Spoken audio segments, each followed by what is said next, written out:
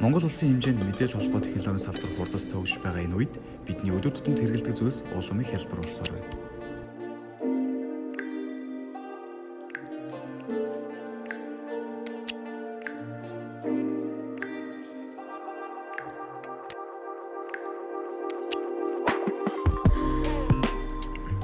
Одоогийн байдлаар нийт ихтэйд боловсрол эзэмших оюутнуудын 19.7% нь худалдаа бизнесийн удирдлагаар, 14.8% нь багш сургууль өмчлөгчээр, 14.2% нь анагаах ухаан, 10.6% нь инженерийн мэргэжлээр суралцж байна.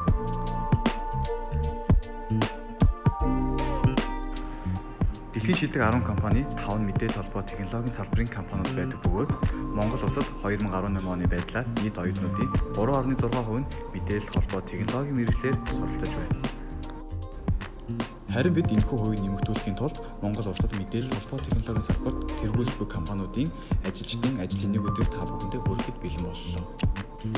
Бид бол хүрээ мэдээлэл холбоо технологийн их сургуулийн интернет бизнесийн танхимын сонгох уу, солих уу баг.